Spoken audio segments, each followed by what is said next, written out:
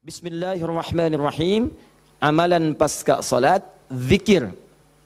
Sub pembahasan doa-doa dalam Al-Quran.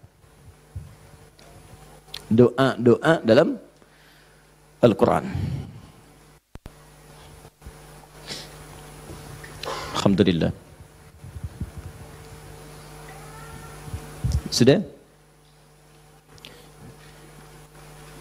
Ini hari apa? Sabtu. Oh, boleh puasa di hari Sabtu? Oh, Masya Allah. Baik. Walaupun di Jumat, Sabtu, Ahad dianjurkan berbuka, kecuali ada runtutan dari puasa-puasa yang lain, seperti Syawal atau yang lain. Enggak, saya cuma pengen tanya saja, hari ini saya insya Allah tidak puasa. Jadi kalau mau minum pun nggak ada masalah gitu. Baik.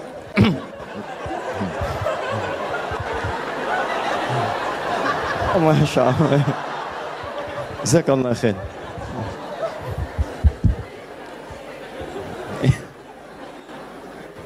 Sudah, kita mulai ya. Baik. Ibu kelihatan di sini? Bagus ya. Ayah bilang kelihatan, belum saya tulis sudah kelihatan.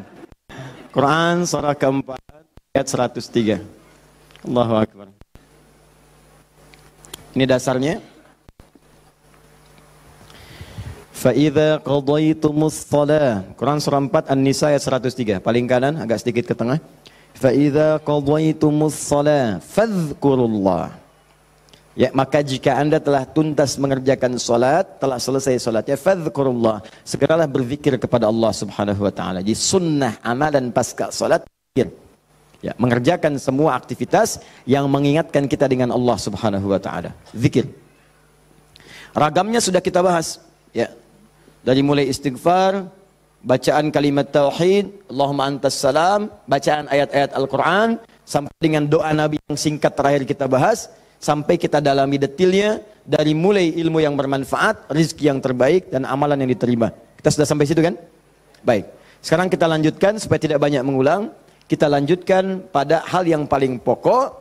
Ketika Nabi bermohon kepada Allah menunjukkan satu contoh. Ingat, contoh. Di Nabi itu sifatnya ada langsung membimbing doa, ada diberikan doa contoh, yang dengan doa itu maksudnya tidak harus sama seperti itu. Kalau kebutuhannya beda, boleh minta yang lain. Tapi akan lebih bagus baca dulu standar doanya, baru tambahkan minta kepada lain-lainnya. Misal, kita turunkan misalnya. Kalau anda punya kebutuhan pasca salat, ingin berdoa, boleh. Apa dalilnya? Di Ibnu Majah itu, nomor hadis 925. Nabi berikan doa standar. Allahumma inni as'aluka ilman nafi'a, wa rizqan tayyiba, wa amalan mutaqabbala. Minta ilmu, awas, yang bermanfaat. Minta rizki yang berkah, dan mohon diterima amalannya. Ilmu bermanfaat, rizki berkah, diterima amalan. Tiba-tiba anda punya permintaan spesifik misalnya. Ustaz, saya seorang ibu, sekarang sedang mengandung, pengen kandungannya itu Ustaz diberkahi oleh Allah. Pengen lahirannya lancar, pengen normal, pengen baik. Apa doanya? Apakah boleh berdoa setelah itu? Boleh. Karena tadi doa yang disampaikan itu standar dari Nabi yang pokok, yang memberikan contoh. Maksudnya silahkan berdoa, apa saja minta. Kalau nggak kepikiran doa, minta doa dengan yang standar ini. Itu maksudnya. Dia tidak harus terbatas dengan doa itu, tapi jadikan sebagai patokan doa, setelah itu minta yang lain-lainnya. Paham? Baik. Nah sekarang saya ingin ajarkan, ada isyarat dalam Al-Quran, bagaimana supaya doa kita mau minta apapun selama baik menurut Allah itu akan cepat dikabulkan. Seperti apa mintanya?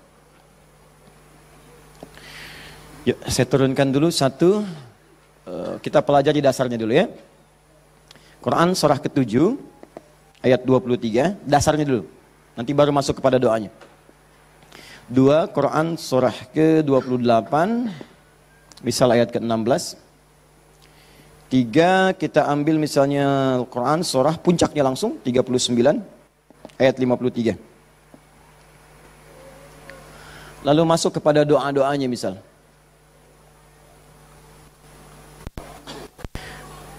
Saya ambil beberapa contoh yang sering ditanyakan, misalnya Quran surah ketiga ayat 38 sampai 39.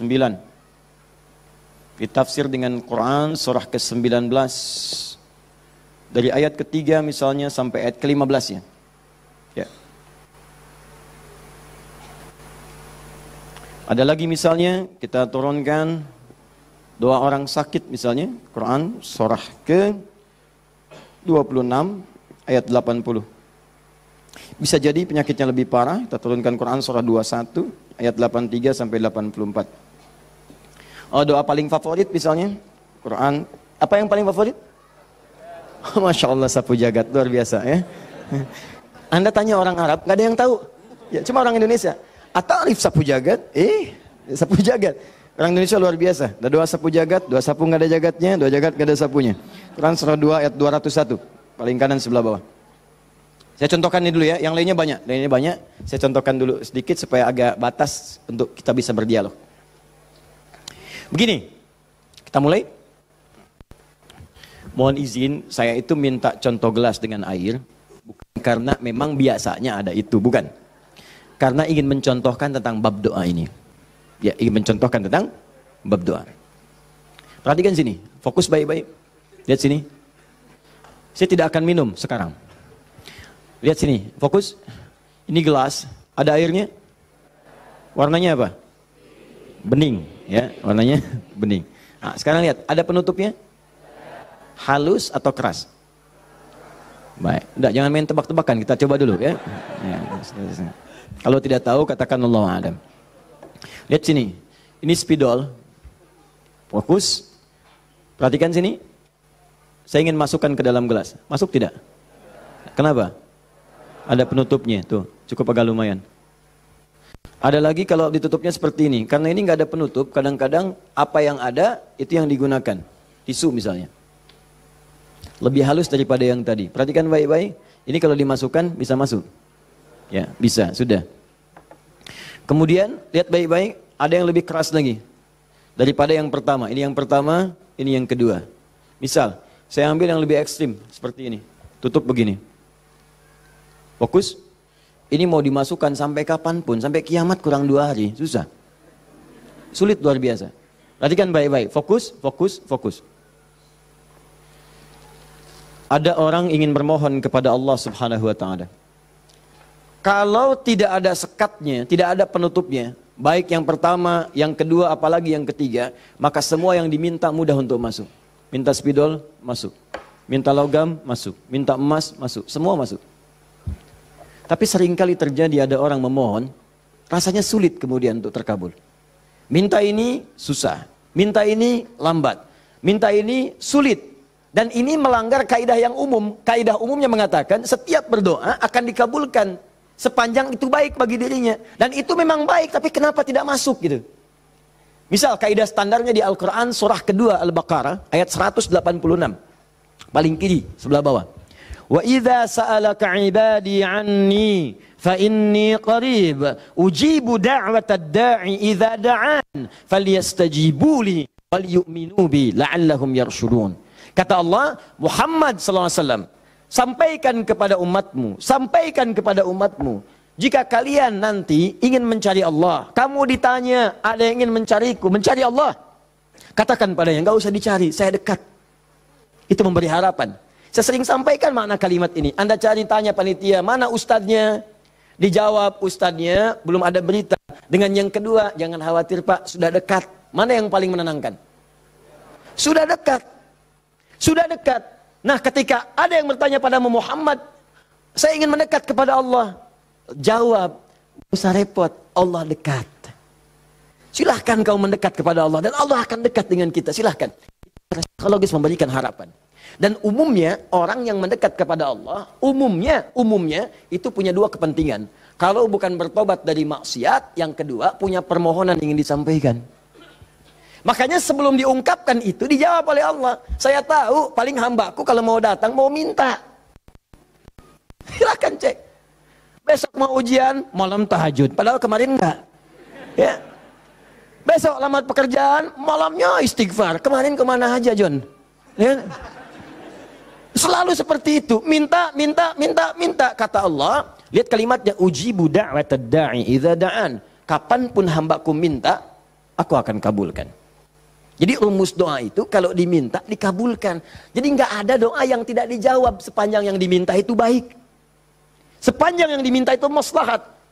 3 sifat jawabannya. Diberikan seketika, jadi begitu dia meminta, seketika dikabulkan. Kalau dia membutuhkannya. Allahumma ya Rab, Allahumma ya Rab, Allahumma ya Rab. Saya ingin berdakwah ya Allah dengan teknologi. Saya ingin niatkan ya Allah masuk ke ITB supaya dengan ilmu itu saya bisa mengembangkan teknologi untuk mendekatkan orang kepadamu. Minta dia malamnya, luluskan saya ya Allah. Besoknya keluar, lulus. Kalau benar maslahatnya. Ada yang kedua, ditunda itu sampai dia sanggup untuk menerimanya sebagai amanah kehidupannya. Tidak seketika dijawab, tapi nanti ketika dia sanggup baru diberikan. Karena kalau Allah berikan dalam hal tidak sanggup, tidak adil Allah. Karena Allah tidak memberikan ujian pada yang tidak sanggup. La yukallifullahu nafsan illa usaha. Jadi sekali lagi sering saya katakan, kalau Anda sedang diuji, jangan mengeluh. Karena Anda pun dipercaya oleh Allah. Allah yakin dengan Anda, kenapa Anda ragu? Jadi kalau Anda sekarang punya musibah, punya ujian, entah di rumah tangga ujiannya berat, entah di kantor misalnya ujiannya berat, entah dalam kehidupan, semuanya, semua orang tidak ada yang tidak punya ujian, semua diuji. Wala nabluwannakum bisyai, kata Allah, Quran surah kedua ayat 155. Semua yang hidup punya ujian. Dan sifat ujian itu tidak akan diberikan pada yang tidak sanggup. La yukallifullahu nafsan illa wus'aha. Kalau kamu nggak sanggup, saya nggak akan berikan, kata Allah. Jadi kalau ibu sedang punya ujian di rumah tangga, jangan mengeluh, Bu, seberat apapun, karena ibu itu sanggup. Allah percaya pada ibu, kenapa ibu nggak yakin? Antum punya ujian di kantor, berat rasanya Ustadz, betul memang berat, tapi Anda yang sanggup. Kalau ujian itu diberikan pada Adi Hidayat nggak sanggup. Anda hebat, mata Allah, kenapa Anda mengeluh? Ya Allah, kenapa saya? Ya Allah, ya emang kamu yang sanggup. Why me? Why not? Iya. Jadi semuanya itu ada ukurannya, nggak usah khawatir itu dengan itu semua. Ada takarannya. Ya, dan Allah itu punya sifat keadilan yang sangat luar biasa. Rizki adil, semua diberikan. Kadang-kadang itu nalar belum sanggup menalarnya. Yakin dulu iman, begitu iman hikmah datang. Kan dulu pernah saya sampaikan untuk analogi sederhana tentang cicak dan nyamuk. Masih ingat? Coba cicak, bagaimana beraktivitasnya? Merayap di mana? Dinding. Makanannya apa? Yang paling utama nyamuk. Nyamuk apa aktivitasnya? Terbang. Nyamuknya punya sayap, cicaknya tidak. Kan pernah saya sampaikan, kalau nyamuknya punya akal dan jenius, cicak jadi mainan. Cicak di dinding, dia dekat lampu. Cicak, ayo sini kalau berani. Alhamdulillah, hewan tidak diberi akal. Tapi bukan itu yang mau saya sampaikan. Keadilan Allah menjadikan cicak tetap mendapatkan makanan. Orang tua kita nggak punya banyak dalil. Cuman fitrahnya memberikan kepada kita gambaran-gambaran kehidupan. Dikatakan oleh mereka, cicak diam-diam. Bayangkan, yang Allah tuntut cak merayap. Rayap aja. Mau diam-diam, mau biasa. Dicontohkan diam-diam aja merayap. Diam-diam merayap. Teruskan, datang seekor nyamuk. Ketika cicak merayap, datang seekor nyamuk. Bukan cicak yang mendatangi nyamuk, nyamuk yang mendatangi cicak. Siapa yang memberikan dorongan nyamuk datang ke cicak? Allah. Jadi kalau dia mengerjakan ikhtiar dari Allah, maka datanglah hasilnya. Cicak, kamu merayap aja. Begitu merayap, datang seekor nyamuk. Selanjutnya, oh, silahkan. Ya. Tangkap, selesai. Itu poin yang pertama. Jadi saya ingin berikan gambaran dalam kehidupan, ada unsur keadilan yang diberikan oleh Allah Subhanahu wa Ta'ala. Jadi yang pertama tadi langsung diberikan, yang kedua ditunda, dia saat sanggup menerimanya. Kalau nggak sanggup, nggak akan dikasih. Anda punya anak 5 tahun, ya, pengen minta hadiah pada Anda. Bobo, motor. Pengen minta motor. Anak 5 tahun pengen minta motor beneran. Dibelikan nggak? Ya, Anda memang mampu. Tapi pada saat itu, nanti nak ya, Bapak belikan motor yang hebat. Sekarang motor yang ini dulu, motor-motoran. Setelah itu, dia siap 2 tahun, 3 tahun, 4 tahun, 10 tahun ke depan diberikanlah motor itu. Apa karena Anda tak mampu memberi? Tidak, karena dia belum siap. Anda minta sekarang, tiba-tiba 10 tahun kemudian Anda dapatkan. Cuman saat dapat, Anda nggak sadar kalau itu tuh hasil doa Anda yang dulu. Itu. Kadang-kadang demikian. Anda pengen jadi dokter. Ujungnya kan dokter, masuknya pengen ke UI. Tiba-tiba keterimanya di Undip misalnya. Tapi kan jadi dokter juga. Anda pengen proyek yang besar, dikerjakan sekarang, nggak dapat, doa belum terkabulkan. Tiba-tiba 10 tahun kemudian dapat proyek yang besar yang nilainya ternyata diakumulasikan 10 tahun ke belakang. Itu doa Anda. Kalau pengen bukti lebih dalam, betapa banyak orang tua yang berdoa sejak anaknya masih dalam kandungan. Pengen ini, pengen itu, dikabulkan setelah anaknya 20 tahun dia keluar dari kandungannya. Itu kan hasilnya. Makanya ketika anak sukses, kata Al-Quran surah ke-46 ayat ke-15, ada isyarat di sana. Kalau Anda sukses, jangan menilai dulu kesuksesan itu adalah hak Anda, kewajiban Anda, atau atas jasa Anda. Barangkali Anda cuma 30%, 70%-nya ibu yang dulu pernah menangis di keheningan malam. Ya Allah, jadikan anak saya seorang insinyur, ya Allah. Ya Allah, jadikan anak saya, ya Allah, orang yang soleh. Ya Allah, jadikan anak saya si fulan. Bapak Anda yang dulu cuma makan singkong, datangnya ke sawah, kemudian kerjakan segala rupa, ya Allah, jadikan anak saya lebih hebat dibandingkan saya. Puluhan tahun yang lalu mereka bermohon kepada Allah, doanya terkabul ke puluhan tahun kemudian. Makanya ketika Anda berhasil, kata Al-Quran, jangan dulu merasa bangga, karena boleh jadi jasa terbesarnya jasa orang tua dulu. Makanya Ismail, perhatikan baik-baik. Ismail yang mendapatkan air zam-zamnya. Lihat. Bergerak kakinya. Gerak, keluar. Tapi Anda jangan lupa, ketika Ismail kehausan, ibunya mencari air. Disimpan Ismail, dia bergerak tangan kakinya. Karena kalau anak itu sudah mulai haus baik, pasti tangan kaki itu bergerak. Tapi air nggak keluar. Kapan air keluar? Setelah Sayyidah Hajar bolak-balik. Safa Marwah bermohon kepada Allah. Positif, berdoa, minta. Ketika kemudian bagian yang terakhir ketujuh itu berada kemudian di Marwah, tiba-tiba mendengar satu percikan air keluar. Kapan air keluar? Karena jejak kaki Ismail yang menendang kemudian ke arah pasir itu, malaikat mengepakkan sayapnya. Keluarlah. Kata ibunya, zam. Zam itu artinya kumpul jangan berhenti, kumpul jangan berhenti, kumpul jangan berhenti. Kalau kumpul saja mungkin berhenti, ijma, tahadda. Ini zam.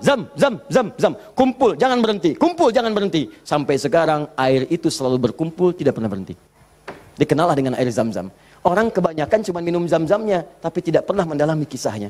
Di situ ada bakti orang tua, di situ ada sayang kepada ibu, di situ ada cinta kepada orang tua, dan sangat luar biasa. Poin ketiga, kadang-kadang meminta sesuatu yang A diberikan B oleh Allah. Karena boleh jadi, maaf, yang dimintakan itu tidak ada maslahat untuk kita. Dalilnya Quran surah kedua ayat 216, paling kiri sebelah atas. Kutiba alaikumul qitalu wa huwa kurhul lakum. Diwajibkan bagi kalian berjihad, berperang dalam konteks perang, medan perang. Tapi ada juga konteks umum dengan rumus tafsir, al-ibratu bi umumil lafzi la bi khususis sababi. Kalau ada lafaz dalam Al-Qur'an jangan dikhususkan pada sebabnya, sepanjang konteksnya umum. Perang terbesar, perang melawan perasaan kita. Perang melawan hawa nafsu. Perang melawan negative thinking, kadang-kadang negatif kepada Allah. Kenapa saya, ya Allah? Kenapa ini enggak berakhir, ya Allah? Kata Allah, hei, asa an takrahu syai'an fahuwa khairul lakum. Boleh jadi kamu enggak suka, tapi ini yang terbaik buat kamu. Kamu kan enggak tahu kapan wafat. Bukankah kalau saya belum kabulkan, kamu rajin tahajud? Kamu rajin puasa? Kamu rajin baca Al-Quran? Kamu kemana aja selama ini? Mau wafat, masih sibuk dunia. Saya pengen yang terbaik untukmu sampai pulang ke akhirat. Dipaksa untuk mendapatkan itu. Kadang-kadang kamu pengen yang ini dunia, ini nggak bagus. Kamu pengen direktur, kamu maksiat banyak nanti di sana. Cukup level manager saja. Wa asa an tuhibbu syai'an fa huwa syarrul lakum. Kadang-kadang yang ideal yang dipengenkan itu nggak bagus kata Allah. Kenapa? Wallahu ya'lamu wa antum la ta'lamun. Karena Allah tahu masa depan engkau tidak. Anda punya anak 5 tahun sakit, dia kata dokter jangan makan apel. Jeruk boleh nggak dok? Boleh. Maka anak itu merengek, mama pengen apel. Kata mama jangan, nak nggak bagus. Apel dibelikanlah jeruk. Ini kan jeruk mama, bukan nak, ini jeruk rasa apel. Paham? Nah, jadi ini yang pertama, sifat doa itu kalau diminta pasti dikabulkan. Tapi ada segelintir orang yang ketika memohon ternyata tidak mendapatkan bagian itu. Apa persoalannya? Perhatikan, hadisnya sahih. Sampai Al-Imam An-Nawawi mencantumkan ini dalam salah satu hadis di Al-Arba'innya. Thumma dzakara rajula. Awas, hati-hati. Yutilus safara. Thumma dzakara rajula yutilus safara asy'atha aghbara. Lalu Nabi mengisahkan tentang seorang lelaki yang menempuh perjalanan panjang sampai tampilannya penuh debu. Ya, bahasa Inggrisnya kurang lebih the kill of the kumel. Ya. Jadi udah banyak debu lah ya dalam dirinya. Awas ya, yamuddu yadaihi ila sama, lalu mengangkat tangannya ke langit, ngangkat tangan. Nanti saya ajarkan fikih mengangkat tangan ya. Fayaqulu ya Rab, dan dia berkata ya Rab. Fokus sebentar. Orang ini kisahnya itu punya permohonan yang sangat berat ingin disampaikan.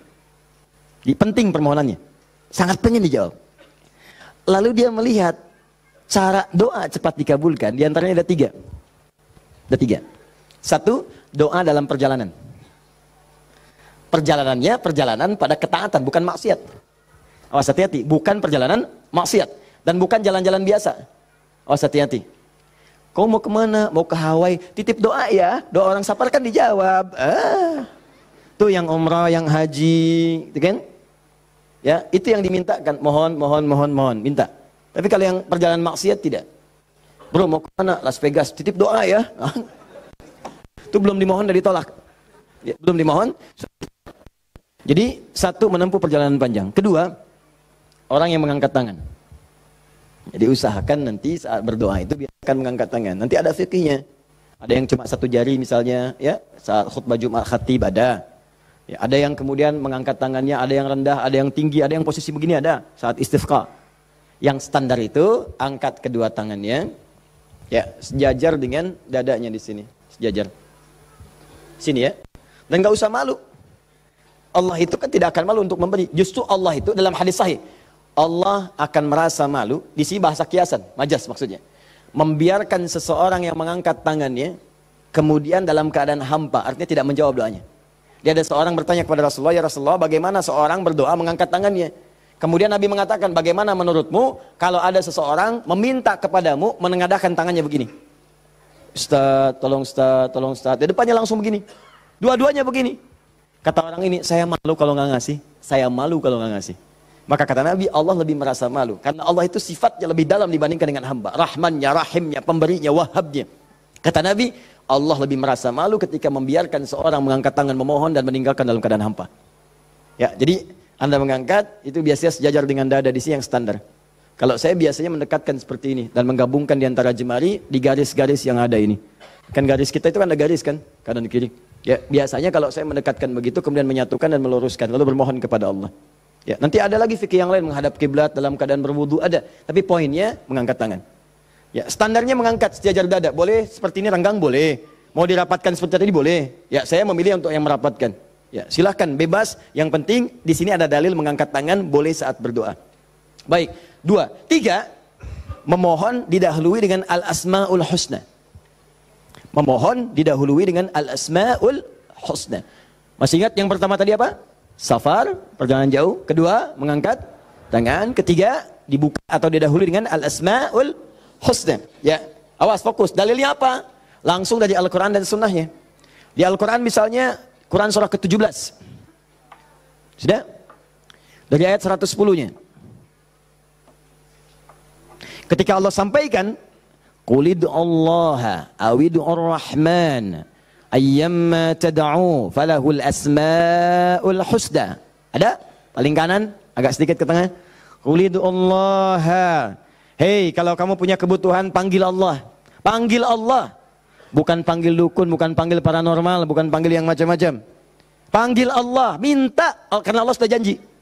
Allah sudah berjanji dalam kandungan kita. Di Quran surah ke-7 ayat 172. Wa idz akhadha rabbuka min bani adama min zuhurihim dzurriyyatahum wa ashhadahum ala anfusihim. Awas, alastu bi rabbikum? Qalu bala syahidna. Ketika Allah mengambil perjanjian pada setiap anak cucu Adam. Awas, hati-hati sejak dalam masa kandungan. Di tafsir di Al-Arba'in di hadis Nabi riwayat Abu Abdurrahman Abdullah bin Mas'ud radhiyallahu taala anhu. Awas, nomor 4 posisinya di Al-Arba'in. Paling kiri sebelah atas. Disampaikan, inna ahadakum yujma'u fi batni ummi, kata Nabi, 40 yawman nutfah, thumma yakunu 'alaqah, thumma yakunu mithla dhalika mudhighah, thumma yursalu ilaihi al-malak. Awas, fayanfukhu fihi ar-ruh wa yaktubu bi arba'in, yu'maru bi katbi 40. Ya bi katbi rizqihi wa ajalihi as'idun huwa am syaqiyyun. Awas, hati-hati. Dalam usia 4 bulan ditiupkan nafasnya. Awas, masuk ruhnya, ditiupkan ruh, bernafas dia, ditetapkanlah 4 hal, terjadilah perjanjian pada saat itu. Perjanjian pertama, alastu bi rabbikum, apakah engkau berikrar mau menjadikan aku sebagai Rabb? Siap?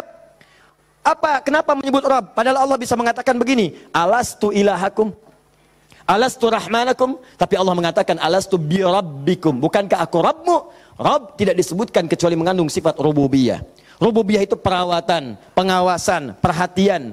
Sifatnya yang paling pendek disebut dengan murabbi. Karena itu guru orang tua disebut murabbi. Karena orang tua memperhatikan, orang tua merawat. Kalau tanpa batas, perawatannya cepat, perhatiannya dalam, hilangkan kalimat mimnya, muncullah kalimat Rabbnya. Maka Allah disebut dengan Rabbun. Kalau kita meminta, Allah lebih cepat pemberiannya dibandingkan dengan hamba.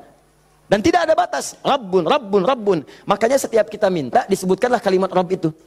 Silakan cek, setiap permintaan ada kalimat Rabbnya. Rabbana atina fid dunya hasanah wa fil akhirati hasanah wa qina adzabannar. Rabbana zalamna anfusana rabbighfirli wa liwalidayya la yukallifullahu nafsan illa laha ma wa 'alaiha mak Rabbana la tu'akhidna in nasina aw akhtana. Jadi kenapa disebutkan kata Rabb itu memberikan isyarat seakan-akan mengatakan begini, maukah engkau berikrar menjadikan aku, bersaksi aku sebagai Tuhan, nanti yang saat engkau hidup aku akan perhatikan kau. Aku akan berikan kebutuhanmu. Aku akan sembuhkan kalau sakit. Aku akan penuhi apa yang kau minta. Akulah Rabb. Dengan sifat rububiyahnya. Makanya setiap Anda minta Rabb. Jelas? Saya kembalikan. Ketika Anda memohon kepada Allah, dahulukan dengan al-asmaul husna. Qul ud'ullah, panggil Allah, minta. Kalau ada masalah minta, ya Allah, maaf ya, bukan bikin status. Bukan bikin status. Diuji dengan musibah yang dibikin status. Aku tidak menduga akan seperti ini.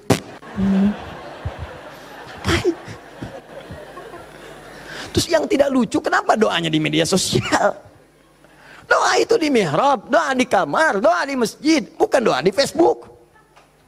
Ya, doa di Instagram, doa di Facebook. Aminkan ya, like. Apa yang mau dicari? Udah minta yang betul. Minta yang mohon dengan khusyuk. Mohon, Quran surah 7 ayat 205.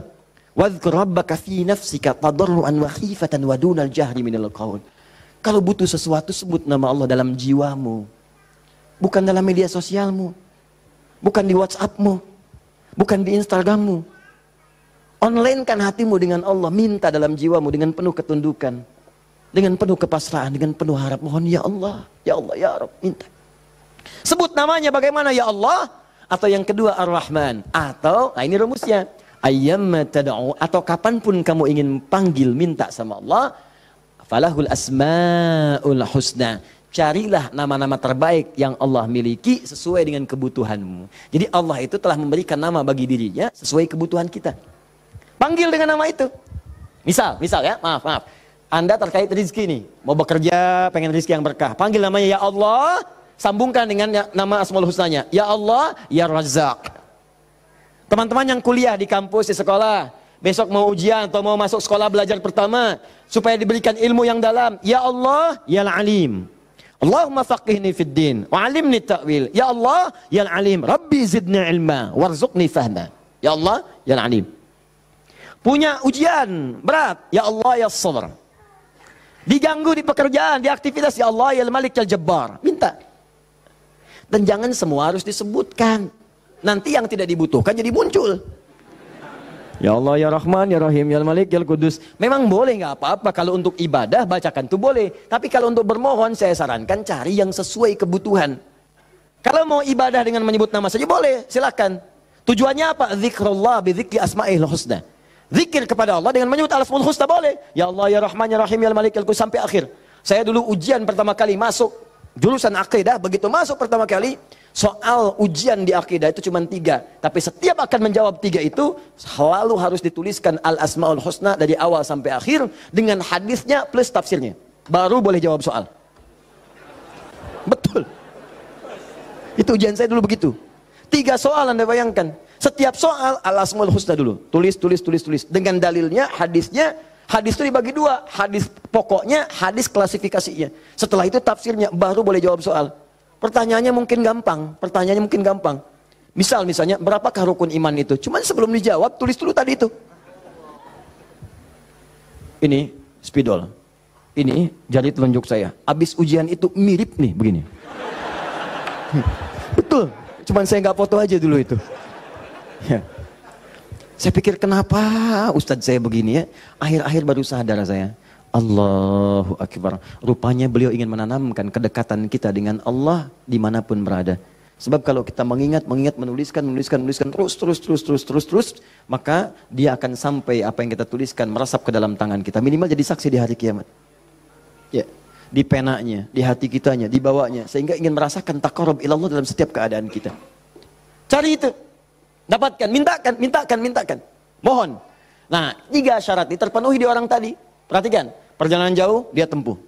Sampai tadi banyak debu. Angkat tangan diangkat, yamudu yadayhi ilas sama. 3 dia minta dengan al-asmaul husna. 3-tiganya lengkap. Seharusnya doa dia dikabulkan 3 kali lebih cepat dari orang biasa. Karena 3 hal tadi dipenuhi. Qurannya ada, hadisnya ada. Bahkan Said Sabiq itu pernah menulis kitab Al-Aqaid Al-Islamiyah. Dalam bab al-asmaul husna disebutkan hadis. Hadisnya populer. Hampir kalimat-kalimat tauhid di kitab-kitab hadis ada hadis ini. Seorang setelah menunaikan salat kemudian berdoa kepada Allah Subhanahu wa taala di samping Nabi sallallahu alaihi wasallam, dia berkata, "Allahumma ya Allahul Ahad, ya Allahul Ahadus Samad, alladzi lam yalid wa lam yulad wa lam yakul lahu kufuwan ahad, Allahumma ighfirli." Dia sebelum mintanya Allahumma ighfirli, tapi sebelum minta didahului dengan al-asmaul husna. Kata Nabi, "Atadri madza tad'u? Atadri madza da'ut?" Tahukah engkau bagaimana engkau baru saja berdoa? Allah wa Rasulullah alam, saya nggak tahu ya Rasulullah maksudnya apa. Kata Nabi, da'autallah bi asma'il a'zam. Idza du'iya bihi azaba wa idza su'ila biha a'ta. Engkau baru saja bermohon kepada Allah dengan menyebutkan nama-namanya yang paling dahsyat. Yang kalau engkau berdoa dengan mengawali nama-nama itu, maka semua doa akan dikabulkan, semua permintaan akan diberikan. Hadis selesai. Orang ini melakukan ketiganya. Tapi apa jawab Nabi? Allahu Akbar. Dia sudah menempuh perjalanan jauh, dia sudah mengangkat tangannya ke langit, dia menyebut ya Rab, ya Rab, ya Rab. Kata Nabi, anna yustajabu lidzalik. Bagaimana doamu bisa dijawab? Bahasa singkatnya, mustahil dijawab, mustahil dijawab. Mintalah kamu begitu sampai kiamat kurang 2 hari. Gak akan dijawab. Gak akan dijawab.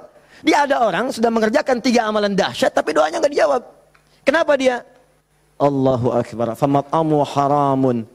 Karena yang biasa dia makan haram. Mashrabu haramun, minumannya haram. Malbasu haramun, pakaiannya haram. Wa ghudhiya biharamin, dan sumber kehidupannya haram. Maka jadilah yang haram itu seperti sekat seperti ini. Nutuplah cawan doanya. Semakin banyak kumpul, jadilah sekatnya makin kuat begini. Jadi bukan Allah nggak ngabulkan, mau dikabulkan susah, mental terus tuh, mental. Karena masih tertutup dengan yang haram. Maka dari itu, kalau Anda banyak berdoa, padahal doa itu maslahat untuk Anda. Secara umum seharusnya dikabulkan secara umum. Tapi tiba-tiba kok aneh gitu. Enggak lagi. Coba lihat, mungkin ada sekat dalam diri Anda. Mungkin ada maksiat, ada yang haram pernah dikerjakan. Buka dulu, buka cawannya. Keluarkan yang haramnya. Buka. Bagaimana membuka itu? Inilah yang tadi kita contohkan dengan ayat-ayat tadi. Tidak ada manusia yang sempurna. Yang sempurna makhluk diciptakan. Makhluk yang sempurna itu cuma malaikat. Tidak ada manusia yang sempurna. Sepanjang kita manusia pasti pernah berbuat salah. Tapi mungkin kesalahan itu menjadi penutup dari keinginan yang ingin kita mohonkan kepada Allah. Kenal Nabi Adam?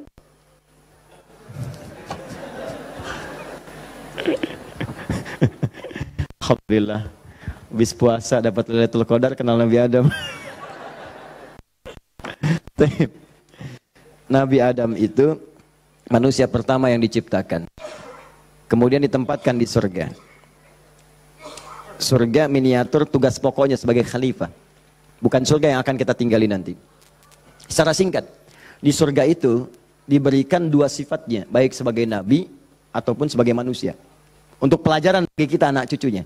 Disebut Bani Adam, semua anak manusia yang lahir sampai dengan nanti kiamat menjelang, itu semua anak cucu Adam. Ingat ya? Disebut Bani Adam. Bani itu anak cucu sampai habis. Bani anak cucu. Jadi semua berasal dari Adam. Jangan pernah dengarkan, jangan pernah mau menyimak kalau ada orang mengatakan manusia bukan berasal dari Adam. Kalau ada yang mengatakan manusia berasal dari monyet, nggak usah dengarkan. Bilang aja kalau Anda berasal dari monyet, silakan. Jangan ngajak-ngajak saya. Ya, Bani Adam. Nah, ketika dimasukkan ke surga, maka nikmat surga itu kan diberikan, jaminan kan, Nabi kan dijamin kan, Rasul dijamin kan. Maka langsung dimasukkan. Tapi di situ dilatih sifat kemanusiaannya. Apa sifat kemanusiaannya? Quran surah kedua ayat 35. Wala taqraba hadhihi syajarata fatakuna minadh zalimin. Awas. Wa qulna ya Adam uskun anta wa zaujukal jannah. Kami firmankan Adam, kamu dan pasanganmu, istrimu masuk ke dalam surga. Wa kula minha haitsu syi'tuma ragadan haitsu syi'tuma. Silakan nikmati semua kenikmatan di surga. Wala taqraba. Tapi jangan dekati ini. Jangan sentuh yang ini. Hadhi syajarata, pohon yang ini. Sentuh pun gak boleh, mendekat gak boleh. Awas. Jadi nanti ada yang dahsyat, larang itu, larang. Perintahnya ada yang mendekat pun gak boleh. Apalagi dikerjakan. Zina, perintahnya wala taqrabu zina, jangan dekat-dekat.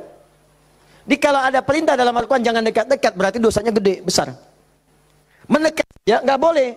Kalau dikerjakan makin dahsyat dosanya. Makanya zina masuk ke dalam sab'ul mubiqat, 7 dosa besar. Dekat-dekat aja nggak boleh. Nah, cuman psikologi masyarakat sekarang itu, kalau nggak boleh dekat-dekat makin penasaran. Itu yang jadi masalah. Makanya di Quran itu seringkali tegas. Kerjakan jahanam, kerjakan neraka. Harus begitu. Karena ada orang itu kalau dilarang suka penasaran. Nih, lubang, jalan. Di lubang ini ada buaya, lompatnya tinggi. Ada tulisan di sini, hati-hati, dilarang nengok. Lewat.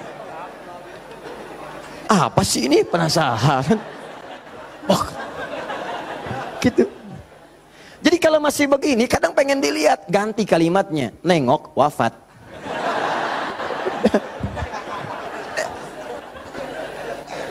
Selesai. Udah. Itu sederhana gitu. Ya, makanya banyak kalimat di Quran tuh begitu. Hati-hati. Ya, orang yang merencanakan pembunuhan berencana, Quran surah 4 misalnya kan, An-Nisa. Ya, misal, dia ayat ke 92-nya.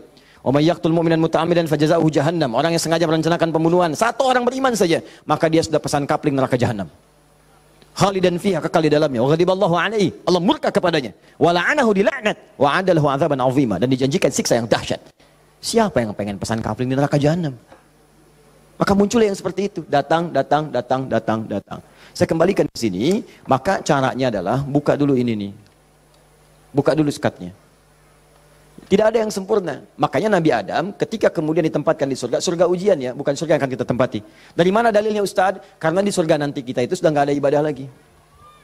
Nggak ada ibadah. Nggak ada yang salat lagi, nggak ada yang puasa lagi. Cukup di dunia aja. Di akhirat tinggal mendapatkan hasilnya. Kita panen nanti.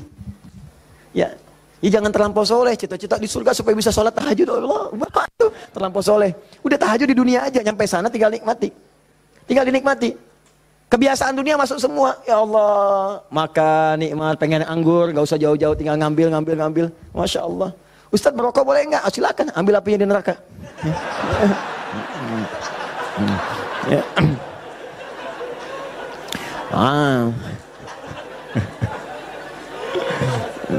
Dah. Jadi Allahu Akbar, Allah astagfirullah. Jadi teman-teman sekalian, ke situ kemudian turun ke bumi, jadi ujian. Digodalah oleh setan. Waswasalahum syaitan, digoda oleh setan. Singkatnya ketika digoda itu, kemudian godaan itulah yang menjauhkan Nabi Adam dan pasangannya dengan Allah Subhanahu wa taala. Turunlah terpeleset turun ke bumi. Singkatnya jadi pelajaran itu. Perhatikan baik-baik. Ini yang mau saya sampaikan. Ketika Nabi Adam, padahal beliau nabi, sifat nabi itu maksum. Kenapa diperkenankan oleh Allah berbuat salah pada saat itu dengan sifat kemanusiaannya? Padahal beliau nabi. Awas hati-hati. Ternyata bukan karena sifat kenabiannya, tapi sebagai contoh bagi anak cucunya yang bukan nabi, yang tidak punya sifat maksum. Jadi kalau nggak diberikan contoh begitu, tidak ada jalan bagi kita bagaimana cara mengembalikannya.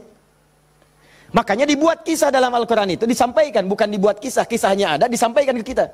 Diberitakan, ini dulu Adam dengan sifat kemanusiaannya salah. Padahal dia nabi, maksum, bisa dijaga oleh Allah. Kenapa diperkenankan salah? Untuk menunjukkan ibrah, pesan kepada kita, kalau salah, begini cara kembalinya. Maka ketika berbuat keliru itulah diturunkan kalimat pertamanya untuk mengangkat sekat ini. Jadi kalau nggak pernah diangkat, ini hubungan dengan Allah itu tersekat. Diangkat sekat ini, apa yang diturunkan pertama kali? Kalimat untuk mengembalikan kepada yang jernih. Asal jernih begini, ditutup begini, dikembalikan lagi. Sesuatu yang dikembalikan ke awal dengan cara yang baik disebut dengan tabayatubu. Sifatnya disebut dengan taubah. Awas. Hati-hati. Maka Allah turunkan kalimat pertama ketika turun ke muka bumi. Kalimat pertamanya, Quran surah kedua ayat 37.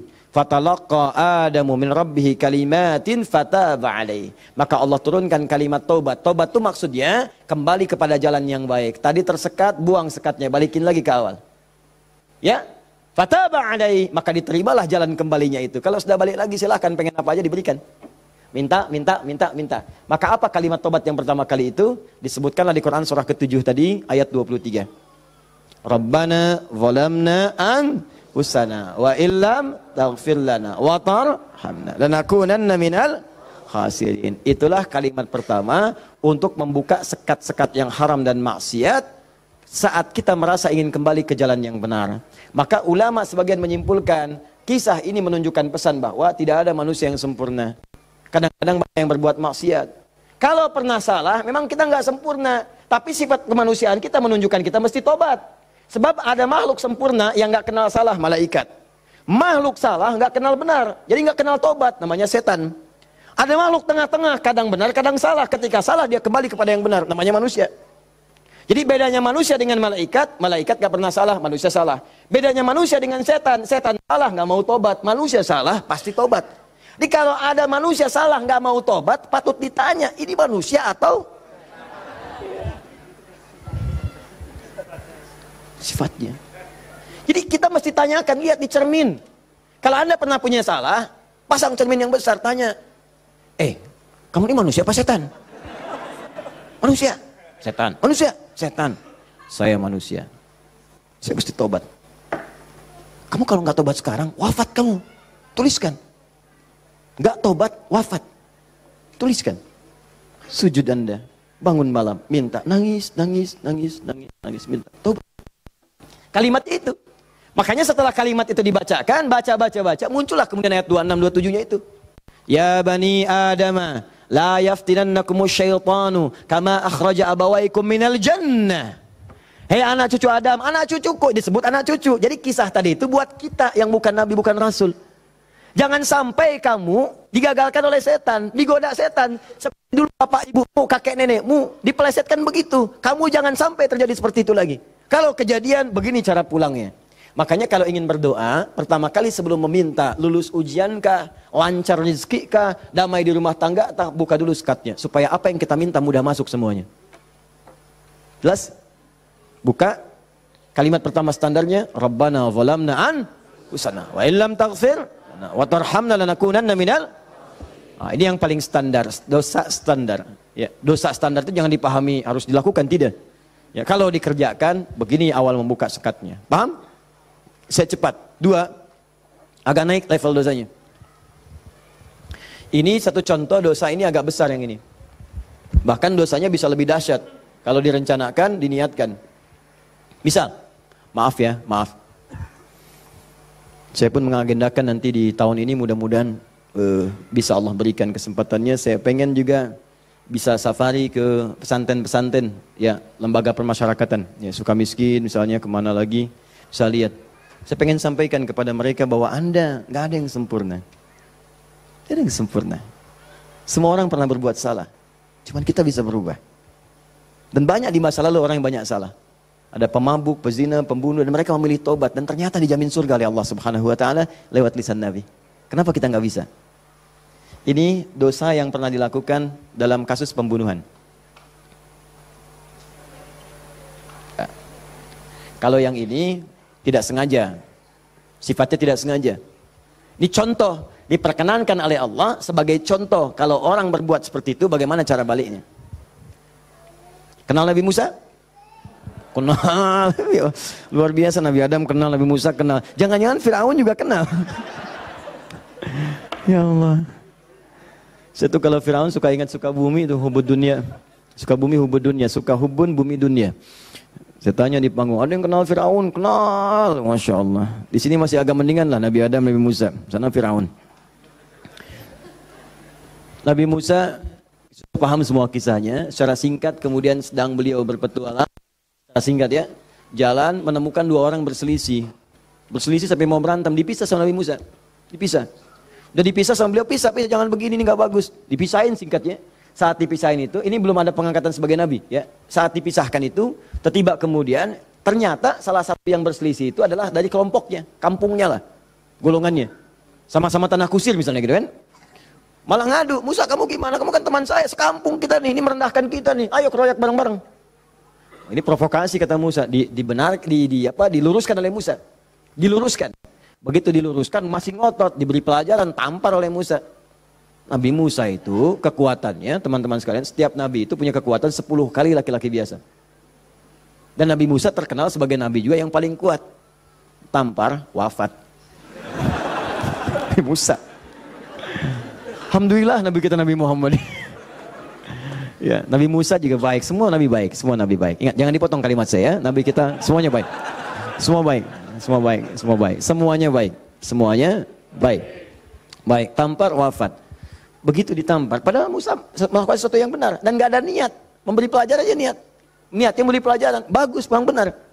Tapi begitu kemudian dia wafat, ada perasaan bersalah. Apa doanya kemudian pada saat itu diabadikan dalam Al-Quran?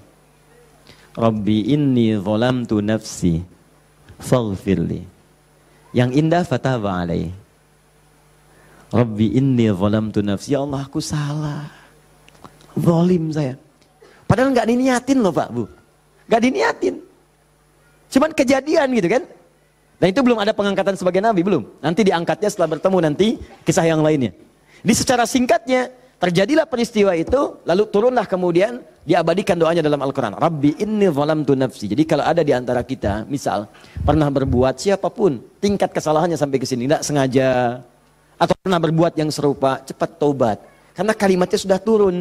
Nanti kalau sampai hari kiamat gak taubat, lebih berat lagi. Coba mau berkata apa di hadapan Allah Subhanahu Wa Taala? Hei, aku kan dah turunkan kalimat di bumi supaya kamu tobat. Kamu kan pernah bunuh orang kan? Tanggal sekian, jam sekian, kamu kejar-kejar, kamu tembak, kamu bom, kamu bunuh, kamu tusuk, kamu pukul, kamu macam-macam kan? Ada semua rekamannya terbuka. Aku turunkan kalimat tobat lengkap dengan kisah tuntunannya. Kenapa kamu nggak tobat? Mau jawab apa? Allah sudah kasih cara pulang tapi nggak digunakan. Allah nggak salah kan di situ. Diturunkan kalimatnya dan bahkan dijamin fataba alaih, diampuni oleh Allah. Ayo balik lagi. Makanya 2000 tahun setelah Nabi Musa lahir Nabi Muhammad SAW. Itu diantara sahabat-sahabat yang jadi sahabat terbaiknya. Kan dulu banyak yang hobinya juga begitu, jahiliyah. Ada yang hobinya berkelahi. Kenal Umar bin Khattab? Umar bin Khattab radhiyallahu ta'ala anhu luar biasa, tegas, kekar. Wah, senang duel sebelum masuk Islam. Siapa yang berani dengan saya? Ayo naik ke bukit itu. Jabal Qubais ditunjuk. Bukit paling favorit. Naik ke sana. Yang sekarang ada istana raja di situ. Ya di samping Zam-Zam itu. Naik. Sebelum berduel dengan saya, pamit dulu pada ibu yang telah melahirkannya. Karena dia akan pulang tanpa nama. Umar, Allahu Akbar. Apa yang terjadi? Masuk Islam. Halus. Toha, tersentuh. Masuk Islam. Lalu kasarnya berubah menjadi tegas, dipakai melindungi Nabi SAW, dipakai menegakkan syariat dengan baik. Kehalusannya muncul, sampai datang tengok orang jadi khalifah, perhatikan orang, luar biasa. Tegasnya muncul. Ya, waktu Abdullah bin Ubay bin Salul itu, seorang munafik, kalau sholat di belakang Nabi, saf paling depan. Tapi begitu bubar, provokator paling pertama Abdullah bin Ubay bin Salul.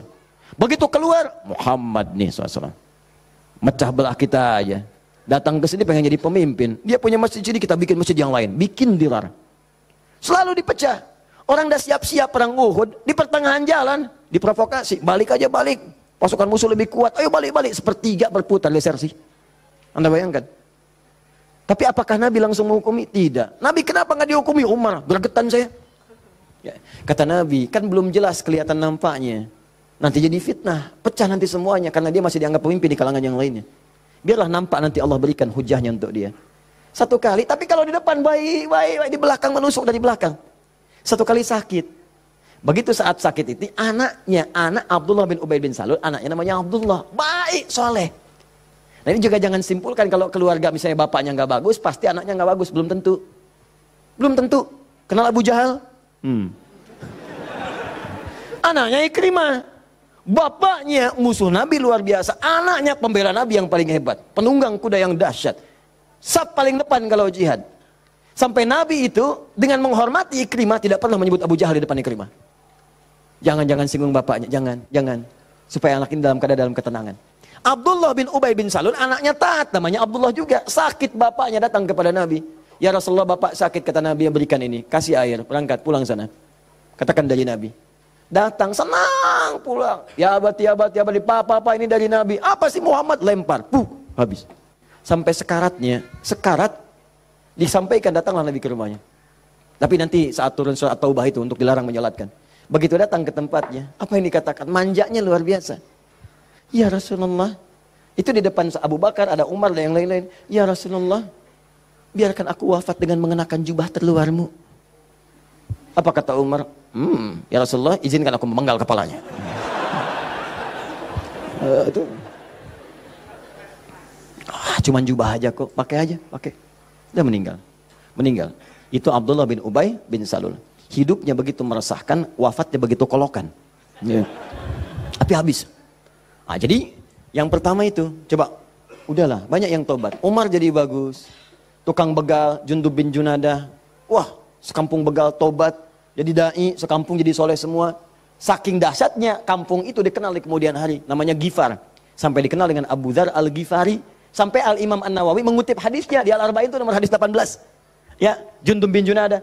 An Mu'adz bin Jabalin wa Jundub bin Junadah radhiyallahu taala anhuma qala Rasulullah sallallahu alaihi wasallam, ya, ittaqillaha haitsu ma kunta wa atbi'is sayyi'atil hasanata tamhuha.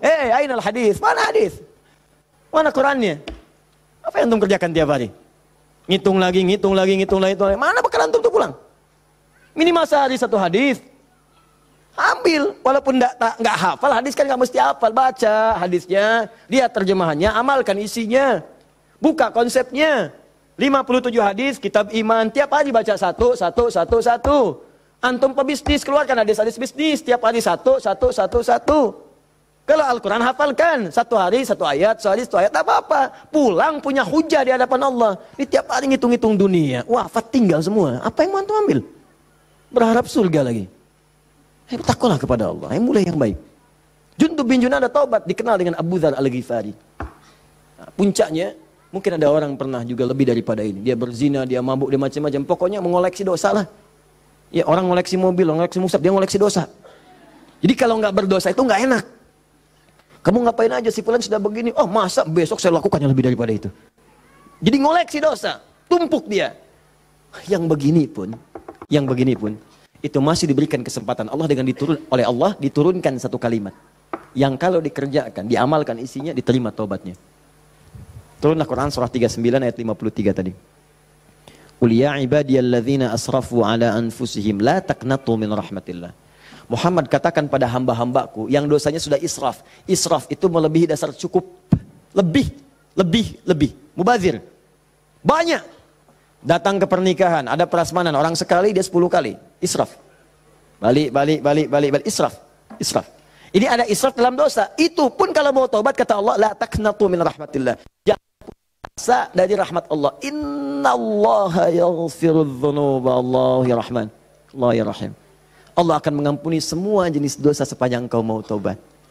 Ini kadang-kadang Allahnya sudah pengen ngampunin, manusia yang nggak pengen. Fir'aun kan gitu, kurang apa lagi diutus 2 nabi langsung. Musa dengan Harun, idhaba ila fir'auna innahu tagha. Quran surah 20 ayat 43 sampai 44. Musa Harun pergilah ke Fir'aun, dia sudah mulai menyimpang. Faqula lahu qawlan layyina la'allahu yatadzakkaru wa yakhsha. Katakan kepadanya dengan lembut, mungkin dengan kelembutan itu dia sadar dan mau bertobat. Enggak mau. Musa, gua kan Tuhan yang gede, ana rabbukumul a'la. Marah, nantang, mau bunuh dan sebagainya. Sudah, selesailah dia tenggelam di lautan. Ya, jadi mumi.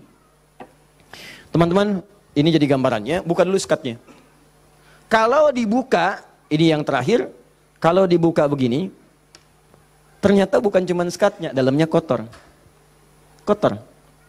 Kalau ini kan masih bersih, diminum juga bisa. Masa sih Ustadz? Betul, contoh, bismillah. Alhamdulillah. Ini ya. Bersih. Tapi kalau kotor, siapa yang mau minum? Tidak ada. Maka kalau minuman bercampur kotor, di sini ada kotoran misalnya kan? Ya, maaf. Masuklah kotoran yang sudah bernajis, kotor. Apakah mungkin akan diminum? Tidak. Yang dilakukan pasti akan dibuang dulu, cuci dulu. Jadi kadang-kadang sekatnya sudah dibuka, tapi haramnya belum keluar. Memang taubat dari dosa-dosa, misalnya mohon maaf, dosa untuk menipu. Awas, dosa pencurian. Taubat betul, cuman barang yang dicuri dikembaliin dulu. Dosa dari ngutangin orang, betul. Dosanya taubat, cuman utang bayar lunas dulu. Bukan bermusafah kemudian lunas dosanya, tidak. Lunas utangnya, tidak. Maka ada hal-hal tertentu yang ketika saat dilakukan, sekatnya mesti dibuka, yang kotornya mesti dikeluarkan. Taubat dari dosa musyrik, taubat bagus. Cuman keris yang dimusyrikan, pedang yang dimusyrikan, batu-batu yang dimusyrikan, buang dulu. Buang dulu. tato-tato, gambar-gambar, kan? Aku tuh kalau melihat Lionel Messi, rasanya main bola aku jadi bagus deh. Sampai dibikin tato misalnya. Musyrik. Hati-hati. Musyrik. Buang. Taubat, buang dulu. Begitu sudah dibuang, nanti Anda akan lihat, kerjakan amal soleh. Jadi jika yang salah itu hilang, yang soleh muncul. Kalau sudah yang soleh muncul, Anda nggak minta pun dikasih. Nggak percaya, silahkan buktikan. Bedakan rasanya, rasakan bedanya, dan pasti akan terasa bedanya. Akan lain. Demi Allah saya katakan akan lain. Paham di sini? Nah, jadi sebelum meminta, saya harap coba Anda kerjakan dulu ini. Setelah itu silahkan minta, mohon. Usahakan kalau minta, pertama punya wudhu ya. Ini dianjurkan, disunnahkan dalam setiap keadaan. Jadi usahakan wudhu itu selalu ada. Kalau batal, nggak sempat ada air, tayamum. Ya, saya mendengarkan guru-guru saya, ulama-ulama, salafus saleh, orang-orang saleh, membiasakan berwudhu. Saya coba ikutin, ternyata manfaatnya luar biasa. Dan jadinya di kebiasaan, jadi kalau kita nggak berwudhu nggak enak. Ya, wudhu. Kalau Anda biasakan seperti itu, nah biasa nanti saat berdoanya enak. Ya, pertama, wudhu dengan baik. Kedua, pastikan semua aktivitas kita dikerjakan dengan yang halal. Jadi jangan pernah sentuh yang haram-haram. Pakaian, jauhkan dari yang haram. Makanan, perangkat itu jauhkan dari yang haram. Nanti ada kenikmatan tersendiri. Kedua, yang ketiga, menghadap ke arah kiblat kalau mampu. Kalau tidak, seadanya. Ya, seadanya saja. Nah, misal, mohon maaf, sedang di pesawat, kan? Apalagi jadi pilot, ya kan? Menghadap ke arah kiblat. Jadi bahaya, kan? Nah, jadi sesuaikan, sesuai dengan keadaannya. Minta. Jadi pertama apa? Punya wudhu. Kedua, bersihkan dari yang haram, yang tidak baik. Yang ketiga, kalau mampu menghadap kiblat. Kalau tidak, seadanya kemudian meminta. Ya, lalu yang keempat tadi masih ingat? Dengan al-asmaul husna. Yang kelima, angkat tangannya. Kalau memang di situ diperkenankan mengangkat tangan. Nanti kalau sudah seperti itu, silahkan pilih doa-doanya. Ini doa yang sudah menikah, yang kemudian belum mendapat keturunan. Ini doanya. Quran surah ketiga, ayat 38 sampai 39. Tambah Quran surah 19, ayat 3 sampai 15. Kalau bisa dilakukan di mihrab. Jadi di rumah bikin mihrab. Nggak harus ada ruangan. Sehamparan sejadah, kalau memang ruangannya terbatas, sehamparan sejadah, tapi minta dengan benar. Ya, minta dengan benar. Dan yakin kepada Al-Quran. Ya, yakin, Ustaz, sama Allah aja, yang lain jangan disebut. Ya Allah, kata Ustaz Ali Hidayat, berdoa di mihrab, dikabulkan. Saya nggak usah disebut. Minta aja kepada Allah. Minta. Dengan keyakinan, janji di ayat-ayat itu. Saya pernah ajarkan ini pada beberapa kawan, dan Alhamdulillah selama ini 100% Allah berikan. Ada yang 8 tahun diberi keturunan. Dari sekian tahun ya. Tapi yang paling indah ketika disampaikan, udah 8 tahun Ustaz, saya udah sekian tahun Ustaz. Sampaikan, nih saya tuh bukan karena saya bilang, tapi saya belajar dari Quran katanya seperti ini. Coba deh, yakin sama Allah, minta. Nggak lama tuh, sekian, tiba-tiba, Masya Allah pada nangis saja. Dipotoin mihrabnya, potoin sejadahnya, potoin macam-macamnya. Cobalah, wallahu a'lam, mungkin Anda termasuk bagian itu. Kalau memang bagian dari ujian yang Allah titipkan. Ini doa kalau sakit, pegang yang sakitnya. Kalau yang ringan-ringan, capek, pegel, macam-macam, kan? Dan seterusnya Quran surah 26 ayat 80. Doanya Nabi Ibrahim, wa idza maridtu fahuwa yashfin. Kalau aku sakit, pasti Allah sembuhkan. Pasti Allah sembuhkan. Pasti Allah sembuhkan. Ya, saya berani menyampaikan ini karena nasihat guru-guru dari para ulama-ulama, orang-orang saleh sebelumnya, dan saya coba amalkan, ternyata luar biasa. Ya, apa Anda nggak kira ceramah dalam sehari 4, 5 kali, 6 kali? Kadang ceramah suaranya luar biasa. Harus kadang-kadang teriak-teriak yang nggak jelas tuh kan. Kadang-kadang serak, saya pernah 1 kali. Ini yang paling dahsyat tuh di Kalimantan, suara habis hilang. Seperti itulah. Pokoknya nggak ada suara. Hilang. Hilangnya itu sore. Jam 5, setengah 6. Ngisi ba'da maghrib. Anda bayangkan?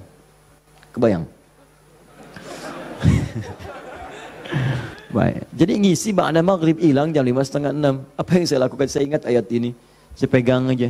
Pegang, wa idza maridtu fahuwa yashfin, wa idza maridtu fahuwa yashfin. Ya Allah, kalau saya sakit pasti Engkau sembuhkan. Engkau yang titipkan tugas ini, Engkau yang berikan perangkatnya, Engkau yang amanahkan, Engkau pasti akan berikan kemudahan. Fa idza maridtu fahuwa yashfin.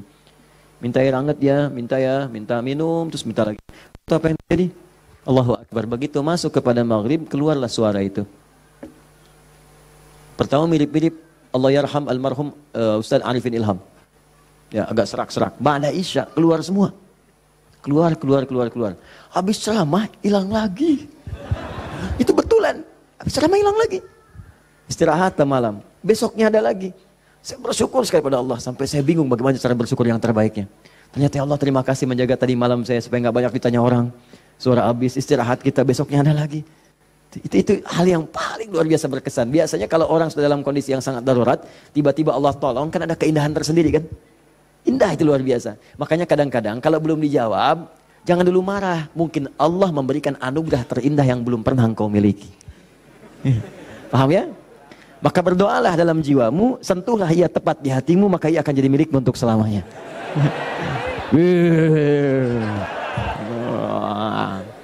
Catat. Nah, kalau penyakitnya parah, kata dokter nggak bisa, yang ini Quran surah 21 ayat 83 sampai 84. Ini sering saya sampaikan. Kalau umum, semua umum pengen baik-baik umum, ya inilah. Yang tadi kata antum sapu jagat ya. Berarti banyak di Quran doa supaya anak misalnya rajin sholat, keluarga bagus, turunan baik, doa sejak dalam kandungan. Ada sebuah, saya pernah sampaikan kok dalam keterangan yang cepat ya. Silahkan, ada banyak indeks sekarang, ada banyak buku-buku, tinggal dikeluarkan. Kalau saya boleh pesan, sebetulnya kalau mau komplit, beli aja buku hadis. Ya, nggak mahal kok. Antum tuh lebih senang pulsa dibandingkan ilmu. Heran saya orang sekarang. Dulu orang ketemu ulama minta doa, sekarang minta foto. Aduh, sampai saya juga kepikiran apa nyetak aja yang banyak ya. Ustaz minta foto, nih, Ustaz minta foto nih gitu. Aduh. Allahu Akbar, astagfirullah. Nah, ini teman-teman sekalian, itu barangkali yang sekiranya bisa disampaikan. Jadi dengan itu saya ingin tunjukkan bahwa insya Allah selama kita hidup, Allah pasti akan mudahkan, kecuali yang kita persulit. Jadi kalau sudah diberikan kemudahan, jangan dipersulit. Paham ya? Baik, saya coba jawab dulu satu di antara ini. Nanti saya sudah punya channel khusus untuk menjawab pertanyaan. Sudah kami siapkan. Jadi mohon izin, saya ingin umumkan nih karena ada tanya-tanya juga. Kita sekarang ingin mencoba memberikan yang terbaik untuk berdakwah untuk masyarakat. Jadi untuk channel kita ada 2 channel sekarang. Ya, pertama Akhyar TV. Akhyar sekarang sedang dalam masa perbaikan penyempurnaan untuk tampilan TV yang seutuhnya. Ya, jadi untuk sekarang belum tayang dulu. Jadi nanti kita perbaiki dulu karena kita pengen nih benar TV seutuhnya. Dia 24 jam nanti ada tayangan TV. Kita sudah siapkan konten-konten sekarang ini. Jadi nanti ada anak-anak penghafal Quran. Kalau orang bedah rumah yang macam-macam, ya ini bedah rumah para penghafal Quran misalnya. Nah, ada bagaimana cara yang si fulan bisa hafal, padahal dia terbatas otaknya misalnya ya, kata medis. Ada yang ini kita siapkan. Ada talk show, ada yang keluar, ada yang macam-macam. Jadi nanti begitu dia tampil lagi, kita launchingkan juga secara meluas. Nanti akan jadi TV yang nyata, betul, 24 jam nanti ada agenda yang tayang. Nah, untuk yang sifatnya terbatas, nanti ada Adi Hidayat Official yang di YouTube. Ya, Adi Hidayat Official itu nanti itu biasa kalau kultum yang ringan-ringan atau menjawab pertanyaan. Ya, pertanyaan-pertanyaan nanti kita jawab satu-satu lewat situ. Jadi kadang-kadang mohon maaf ada beberapa pertanyaan tapi sulit disampaikan. Saya memahami itu, saya sangat memahami. Ya, dan mohon izin, saya berusaha semaksimal mungkin memberikan waktu yang terbaik. Saya pulang dakwah masih jam 11:30 malam, saya lihat ada surat masuk. Begitu ada surat, Masya Allah panjang. Saya bilang staf saya minta telepon orang ini. Telepon, kita bicara. Sampaikan. Ada yang bisa dijawab via WA, kita jawab. Dan seterusnya. Tapi memang agak banyak, jadi tidak semuanya kita bisa kemudian jawab secara langsung. Nah, untuk tanya jawab ini, nanti ada 3. 1, kita jawab di lokasi kalau memungkinkan. 2, di official. Yang 3, setiap bulan kita akan sediakan insya Allah waktu 2 kali dalam sebulan. Ya, di Kamis pekan ke-3 dan Kamis pekan ke-4. Kalau tidak ada halangan, saya sediakan khusus dari mulai pagi jam 10 sampai dengan ke asar. Tapi tempatnya mungkin di Bekasi, akan disediakan ruang untuk silaturahim atau konsultasi. Jadi kalau Anda mau datang, ya datangnya di waktu itu. Jangan datang di waktu yang lain. Mungkin akan sulit kemudian untuk bertemu dengan saya. Jadi saya sediakan di waktu itu. Kadang ada yang datang, kemudian juga di waktu-waktu yang saya tidak ada. Itu yang kadang-kadang saya sedih. Di situ kadang saya merasa sedih. Ya, datang tapi tidak ada gitu sayanya. Jadi saya coba perbaiki yang sepanjang saya bisa lah, saya maksimalkan. Ya, jadi itu poinnya. Jelas ya? Kalau saya sudah jelas, mudah-mudahan bisa dipahami. Dan ini saya jawab dulu deh satu supaya bisa tuntas. Assalamualaikum warahmatullahi wabarakatuh, Ustaz. Assalamualaikum warahmatullahi wabarakatuh. Saya seorang supir dari sebuah bank konvensional. Mau nanya apakah gaji saya termasuk dalam riba? Nah, apabila saya zakatkan sudah bersih ke gaji saya? Ya, saya salat nafilah dikerjakan berapa rakaat dan waktu yang dikerjakan kapan? Manfaat dari salat tersebut apa? Maaf ya, 1 kertas ini saja cukup untuk saya jawab untuk hari ini. 5 pertanyaan dari sini saja. Yang lain nanti saya inikan di official. Baik, ini kalau Anda ragu dengan sesuatu, maka cari yang meyakinkan. Sudah. Itu jelas hukumnya. Awas hati, innal halala bayyinun, innal harama bayyinun, wa bainahuma umurun mushtabihatun. Ya, yang halal itu jelas, yang haram itu jelas. Di antara keduanya ada yang syubhat. Rumus syubhat itu tanya dulu kejelasannya. Kalau memang tetap gak jelas, maka tinggalkan, itu lebih bagus. Paham ya? Saya kerja ustaz di bank konvensional, bagaimana hukumnya? Kalau ada ribanya haram hukumnya.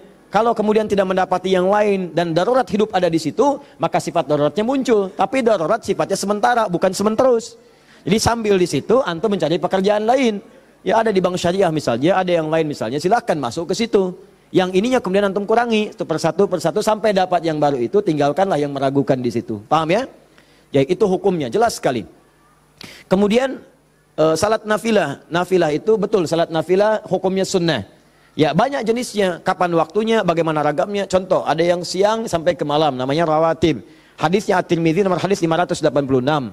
Ya ada berapa bilangannya? Yang pokok ada 12. Misal, apa bunyinya? Bunyinya kurang lebih qala Rasulullah sallallahu alaihi wasallam.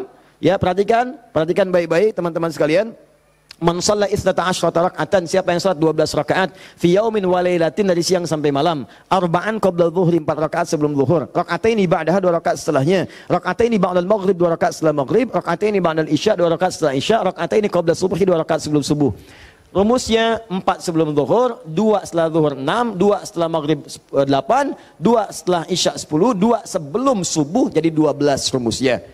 12. Kalau tak mampu 12-nya, misalnya zuhur boleh. Hadisnya dari Ibnu Umar, mengerjakan 10 rakaat karena tak mampu 12-nya. Maka dihitung pahalanya sama karena keadaan yang sangat darurat itu. Tambah lagi misalnya ada sunnah. Sunnahnya mutlak, bukan masuk rawatib. Tapi dia masuk, ada yang sebelum salat fardu. Misal, salat sunnah misalnya qabliyah asar, sebelum asar. Sifatnya bukan rawatib, mutlak. Tapi dikerjakan sebelum asar, jadi qabliyah.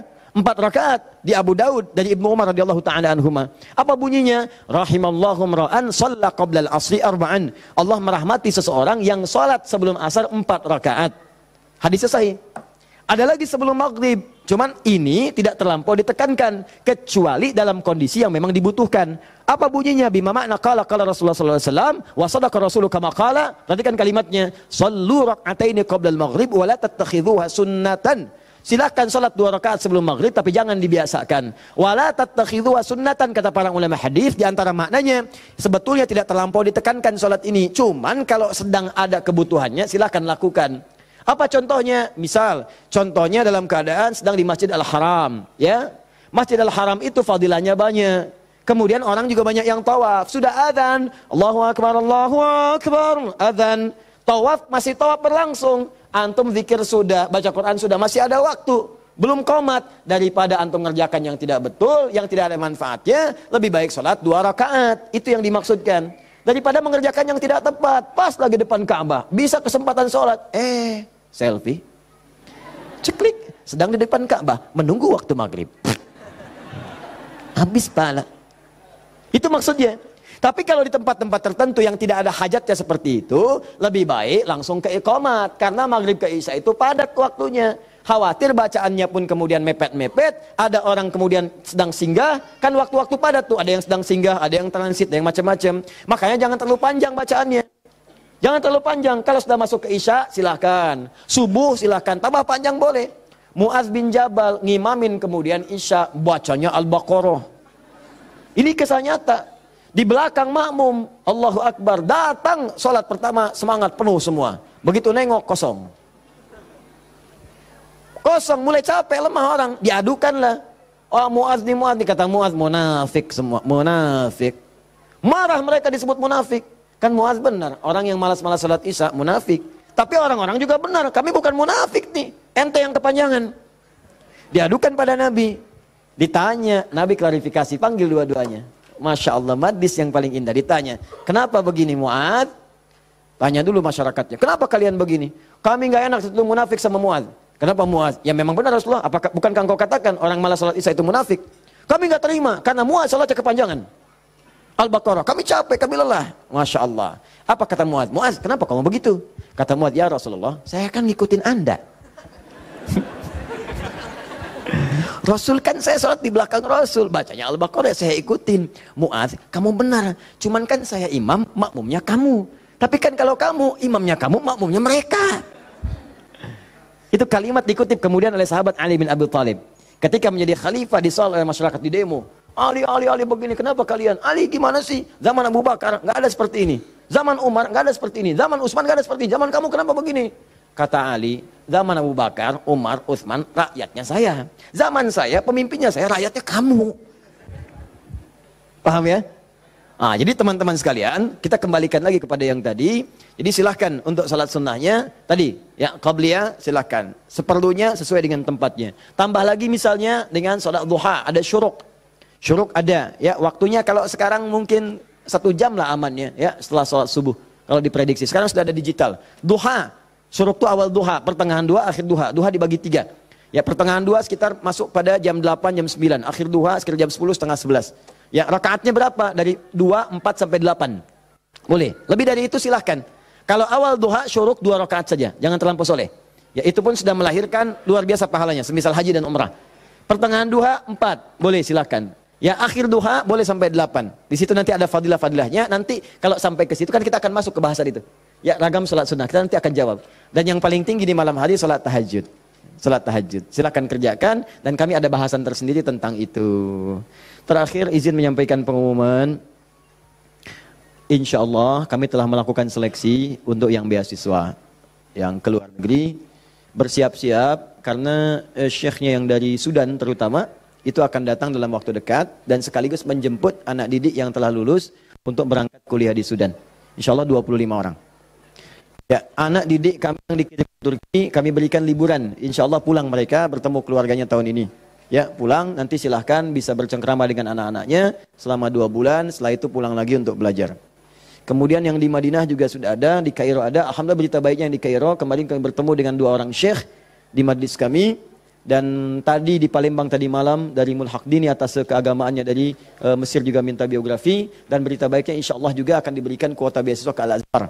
Ya, nah secara singkat nanti insya Allah berita baiknya bulan depan kami akan membuka kembali program PKU, ya program kadar ulama, pendidikan kadar ulama. Saya bimbing selama setahun langsung saya yang bimbing, saya tempatkan di tempat saya tinggal, kami biayai, kami akomodasinya tanggung semua. Nanti tahun depannya kami sekolahkan sesuai dengan bakat dan jurusannya. Insya Allah bagi nanti yang ingin ikut berminat akan dibuka tesnya, silahkan nanti ada rentang usianya di situ, ya. Tentang usia yang kira-kira bisa melanjutkan studi. Saya berharap ini sumbangsi terbaik juga bagi bangsa supaya nanti ada ulama di kemudian hari, daerah-daerahnya ya bisa lebih baik lagi dan itu yang bisa kita lakukan karena banyak kontribusi ulama kita membangun negeri ini. Kita cintai negeri ini, kita kembangkan, kita baguskan, kita sayangi semuanya. Saya pengen ke depan ada orang-orang baik yang memimpin. Ya, Adi Hidayat itu selesai nanti meninggal selesai. Mudah-mudahan saya wafatnya syahid. Mudah-mudahan ya dan kita bisa di majlis ilmu mungkin sedang mengajar meninggal. Saya pengen begitu ya. Masya Allah, mudah-mudahan insya Allah. Nanti ada yang menggantikan. Ya, kita sekarang coba bangun pesantren, bangun majlis-majlis ilmu. Nanti dari situ mereka yang akan menggantikan. Mungkin anak bapak ibu juga. Ya, saya cuma bisa melakukan itu. Yang terakhir, bulan depan kita akan mulai karantina. Yang saya janjikan dulu, program 30 hari, 30 juz menghafal Quran. Insya Allah untuk akhwat rumahnya sudah kami siapkan. Sudah ada tempatnya, ditinggal di situ. Untuk ikhwan pun tempatnya sudah ada. Nanti akan ada pembukaan, silahkan didaftarkan di situ. Nanti ikut 30 hari. Coba 30 hari ini nggak bisa pulang, harus di situ. Ya, handphone disimpan. Ya, handphone disimpan. Tidak boleh komunikasi dengan handphone kecuali mungkin hari Jumat diberikan kalau ada komunikasi yang penting. Jadi nanti sudah kita akan siapkan, launchingkan. Saya bermohon pada Allah bebas siapa yang pengen ikut boleh silakan. Dan ini lintas batas, mau dokter, mau polisi, mau tentara, mau macam-macam. Saya pengen ada polisi hafal Quran, dokter hafal Quran, tentara hafal Quran, insinyur hafal Quran, ya. Dan semua kalau sudah dekat dengan Qurannya, insya Allah negeri ini datang keberkahan dari Allah Subhanahu Wa Taala. Sekira itu mudah-mudahan bermanfaat. Saya mohon izin dan saya mohon dipermudah aksesnya karena saya harus melanjutkan ta'lim dan waktunya sangat. Kita doa pada Allah Subhanahu Wa Taala. Semoga kita dikabulkan dan diterima oleh Allah Subhanahu wa taala. Allahumma taqabbal minna innaka antas samiul alim wa tub alaina innaka antat tawwabur rahim. Allahumma 'allimna ma yanfa'una ya Allah wa wafiqna bima an na'mala ma ta'allamna. Ya Allah, anugerahkan ilmu yang bermanfaat kepada kami. Terima ya Allah pelajaran kami, berikan kami bimbingan untuk mengamalkan apa yang telah kami pelajari. Rabbana la tada' lana fi maqamina hadza wa fi kulli maqamin dhanban illa ghafartah. Ya Allah, kami mohon jika ada seorang pendosa hadir di majlis ini, jangan biarkan dia meninggalkan majlis ini kecuali Engkau telah ampuni ampuni seluruh dosa-dosanya. Wala hamman illa farajtah, jika ada yang tengah gelisah berada di majlis ini, jangan biarkan ia meninggalkan ya Allah majlis ini kecuali Engkau telah tenangkan keadaan jiwanya. Allahumma wala maridan illa syafaitah, jika ada yang tengah diuji dengan penyakit seberat apapun, maka dengan keikhlasan amalannya angkat dan sembuhkan segala penyakitnya. Allahumma rabbana atina fid dunya hasanah fil akhirati hasanah wa qina adzaban nar bifadlika subhana rabbika rabbil izzati amma yasifun wa salamun alal mursalin subhanakallahumma bihamdika asyhadu an la ilaha illa anta astaghfiruka wa atubu ilaik wa akhiru da'wana alhamdulillahi rabbil alamin thumma assalamu alaikum warahmatullahi wabarakatuh.